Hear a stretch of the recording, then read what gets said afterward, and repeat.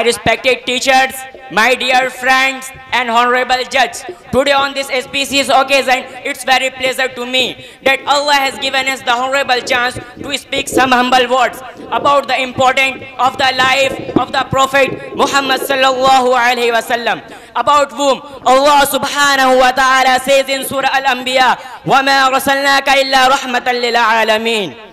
We have sent you but as mercy for all the world. And Allah subhanahu wa ta'ala also says in Surah Al-Anbiya, وَمَا أَرْسَلْنَاكَ إِلَّا كَافَّةً لِلنَّاسِ بَشِيرًا وَنَذِيرًا. We did send you but the entire mankind as a bearer of good news and as a warner. And another place Allah subhanahu wa ta'ala says in Surah Al-Ahzab, مَا كَانَ مُحَمَّدٌ أَبَا أَحَدٍ مِّن رِجَالِكُمْ وَلَكِنْ رَسُولَ اللَّهِ وَخَاتَمَ النَّبِيِّينَ. The Prophet Muhammad is not a father of anyone of our man, but he is the messenger of Allah and shield of the Prophet. My beloved friends, before saying anything about the life of the Prophet Muhammad sallallahu alaihi wasallam, firstly, I would like to shed light about the history of ignorance time, the arrival of Islam.